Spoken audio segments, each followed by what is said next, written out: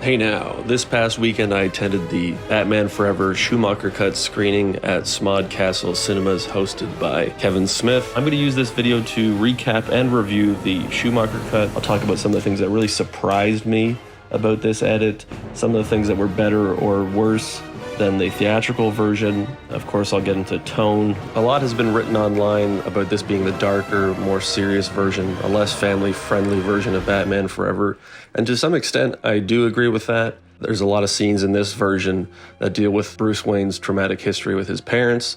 But on the other hand, you still have Jim Carrey and Tommy Lee Jones dialed up to the absolute over-the-top max. So you're not going to get as drastically different of a tone that maybe some people are reporting online. This version that Kevin Smith was able to attain used a temp score in the editing process. So a lot of the score in this movie was either Danny Elfman's Batman 89 or Batman Returns. Believe it or not, there actually was a scene scored with a song from Pee-wee's Big Adventure. I'll add in a Pee-wee clip here so you know which song I mean.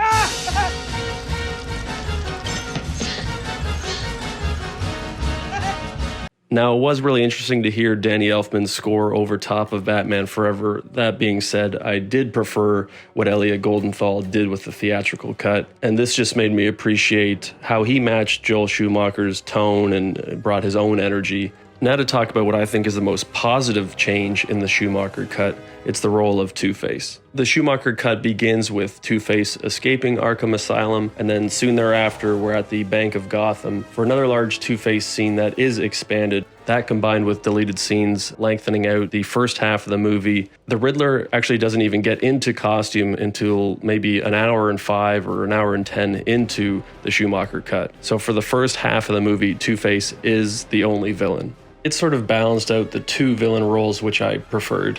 Now to talk about something that I didn't love about the Schumacher Cut, and it pains me to say, but it's the performance of Val Kilmer.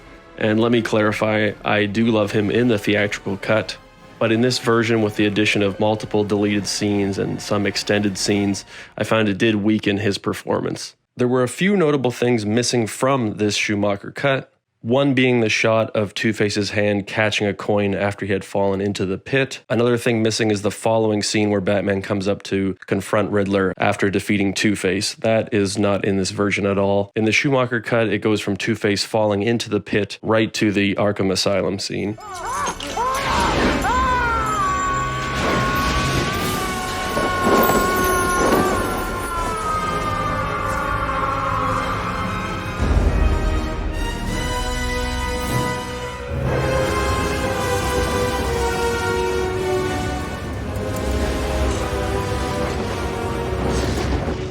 One thing missing for the positive is the bank security guy. He has a lot less silly lines in this. Lines like "Boiling acid" are not featured in this version.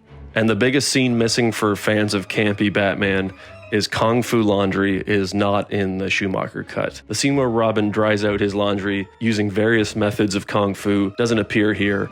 Now let's talk about the additional scenes that are included in the Schumacher Cut. Obviously, first up is the infamous Two-Face Arkham Asylum escape scene. This has been included on the special features of DVDs in the past, so it has become popular online. Compared to the theatrical cut, this version is largely rearranged in the opening, let's say 15 minutes. Following Arkham Asylum, we go to Wayne Enterprise. This scene opens with Bruce Wayne watching the news, which depicts the origin of Two-Face. In fact, throughout the Schumacher Cut, the news and various forms of media are a big part of the movie. Unfortunately, all of them are done in a very campy style. Every demented outlaw from Toledo to Timbuktu has come to town to do battle with Batman. Result? Joe and Jane Q, normal citizen, are left holding the tax bag for a trashed mass transit system with nothing to show for their failed dreams but a question on their lips. Why? From here, we get a full-on comedy scene with Bruce Wayne and his executives and assistants, and they're all panicking about their various departments. One of the assistants is played by Jon Favreau, who seems to be Bruce Wayne's stock analyst. They're all running around him and asking questions at rapid fire. Well, he makes light of the situation, and at the end, after not taking it all seriously, he quips he should give himself a raise. I should say that this scene is where the Pee Wee Herman score is used, and it even continues on to the next scene where Bruce meets Edward Nygma.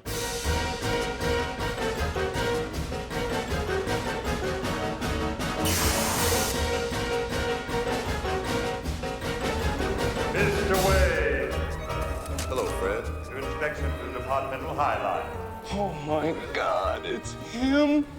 So where the theatrical opens with Two-Face at the Bank of Gotham, in the Schumacher cut, it really doesn't get there till about 10 minutes into the movie. The bank scene and helicopter fight with Two-Face is extended with multiple additional lines of dialogue from Two-Face, some of which are seen in the original trailer or other marketing materials. If the Bat wants to play, we'll play!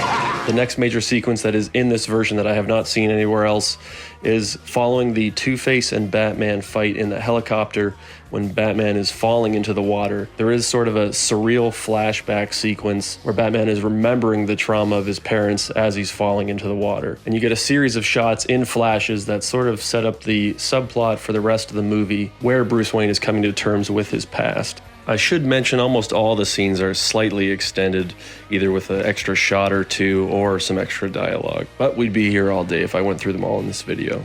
Moving ahead here to the most infamous scene in the Schumacher cut. Of course, I'm talking about the giant bat scene. This sequence wraps up the subplot around Bruce facing his fears and the loss of his parents. Having this not in the theatrical does leave the story kind of incomplete with that subplot. Having been knocked out during the home invasion of Two-Face and Riddler, Bruce forgets that he is Batman, and Alfred has to guide him to face his fears and remember who he is. Bruce finds the journal that we had seen in flashbacks, and it is revealed that he was not the reason they went to see that movie.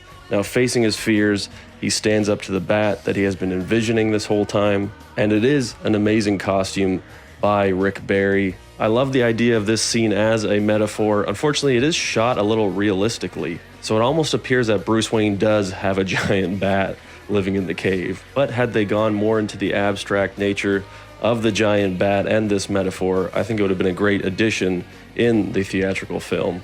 If nothing else, having seen this scene, I would have loved a Joel Schumacher Batman movie where we had the Man-Bat as the villain, so they could have used this costume.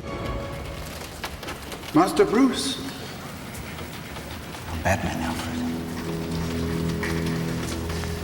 Batman. A bit of the film that has never shown up online or any materials around Batman Forever. It's a sequence that takes place when Chase and Robin are about to be dropped into the pit, and Batman is given the choice to save one of them. So Batman takes a step forward, but it is revealed the floor around him is actually a hologram. We see a shot of Batman's boot going through the false floor, revealing that the Riddler has basically set up Batman with no choice to save them or survive himself. I don't know how it didn't end up in the theatrical cut. This sets up the line that is in the theatrical film. There is no way for me to save them or myself. This is all one giant death trap.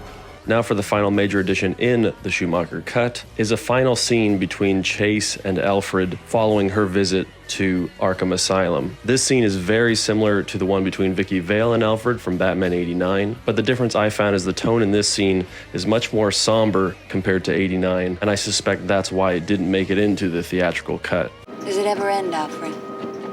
No, Dr. Meridian. Not in this lifetime.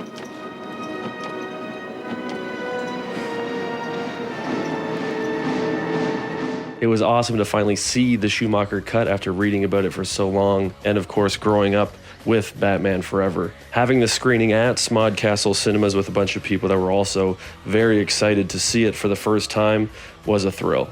So you've got to give it up for Kevin Smith for putting on an event like this, and I understand there was probably some legal risk in screening the Schumacher cut. If I had to name a couple of my favorite moments from this screening, I would say getting to see the hologram floor sequence and being able to hear everyone in the audience surprised by that moment was really cool. Also being able to see the giant bat scene on the big screen. And I'll say the biggest laugh from the movie wasn't from Jim Carrey or Tommy Lee Jones. It was actually Alfred in the scene where he's informing Bruce that Dick stole the Batmobile. The other car. Bentley? No, sir. The other car. Like I said earlier, in my opinion, the Schumacher cut isn't as drastically different as some people are saying online. Batman Forever at its heart is a campy movie, and adding or subtracting a few scenes could only change so much. That being said, I love Batman Forever, and getting to see a different version of it certainly lived up to its hype. If you do find more screenings at Smodcastle or anywhere else in the world, I do recommend you go and check it out.